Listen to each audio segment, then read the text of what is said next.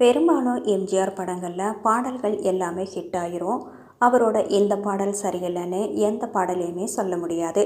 அப்படி படகோட்டி படத்தில் அமைந்த அத்தனை பாடல்களுமே சூப்பர் டூப்பர் ஹிட் ஆச்சு. படத்தில் அமைந்த மொத்த பாடல்கள் 8. அந்த 8 பாடலுக்கும் ஒரே கவிஞர் வாலி தான்.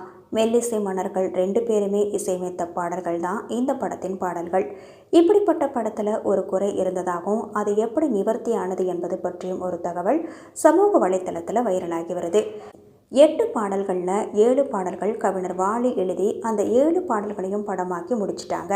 திடீர்னு இன்னொரு பாடலையும் சேர்க்கலான்னு சூழ்நிலை வர இந்த படத்தின் இயக்குனர் டி பிரகாஷ் ராவ் இதே பாடலையும் வாலியிடமே கொடுத்து விடலான்னு நினச்சிருக்காரு. இயக்குனர், தயாரிப்பாளர், திரைக்கதை ஆசிரியர்னு எல்லாருமே சேர்ந்து இந்த படத்திற்கு இன்னொரு பாடலை வைக்கலான்னு முடிவெடுக்க வாலியை அணுகலான்னு போயிருக்காங்க. அதாவது இந்த படத்தில் வில்லன் நடிகர் நம்பியார். இதில் நம்பியாருக்கு ஒரு ஆசை நாயகி இருக்கிறாரு. அந்த ஆசை நாயகி வில்லன் நடிகர் நம்பியார் முன்னாடி ஆடும்போது நம்பியாருக்கு எம்ஜிஆரின் காதலியாக வரும் சரோஜா தேவி மீது கவனம் திரும்புது. அதனால் இந்த ஆசை நாயகி ஆடி பாடும்போது நம்பியார் மது போதையில் ஆடுவது ஆசை நாயகி அல்ல, சரோஜா தேவி தான்னு நினைக்கணும். இதுதான் அந்த 8வது பாடல் காட்சிக்கான சூழல்.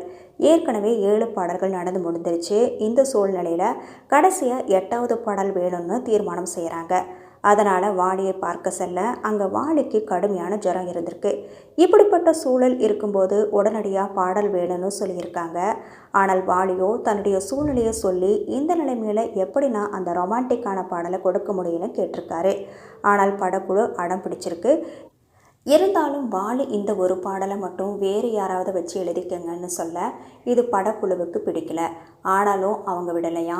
ஏன்னா 7 பாடல்களையும் எழுதிவங்க நீங்கள் 8வது பாடலை வேறு ஒருத்தர் எழுதினா டைட்டிலில் பாடல்கள்னு வரும்போது அது உங்கள் பேருக்கு தான் கேடுன்னு சொல்லியிருக்காங்க. வேறு வழியே இல்லாமல் கடும் ஜுரத்திலும் வாலி எழுதிய பாடல் தான் அழகு ஒரு ராகம் ஆசை ஒரு தாளம் என்ற நம்பியார் மது போதையில் ஆடும் அந்த பாடல். இந்த பாடல் உடனே ரெக்கார்டிங் செய்யப்பட்டு உடனே ஷூட்டிங், உடனே அந்த படம் ஓட்டி படத்தில் பிரிண்டில் இணைக்கப்பட வேண்டும். இது விறுவிறுப்பாக நடக்க படமும் ரிலீஸ் ஆச்சு. கடைசியில் படத்தின் வெற்றி மாபெரும் வெற்றியாக மாறுச்சு. இன்னைக்கு வரைக்கும் படம் ஓட்டினா அந்த பாடல்களுக்கும் ஒரு தனி வரவேற்பே இருக்குது.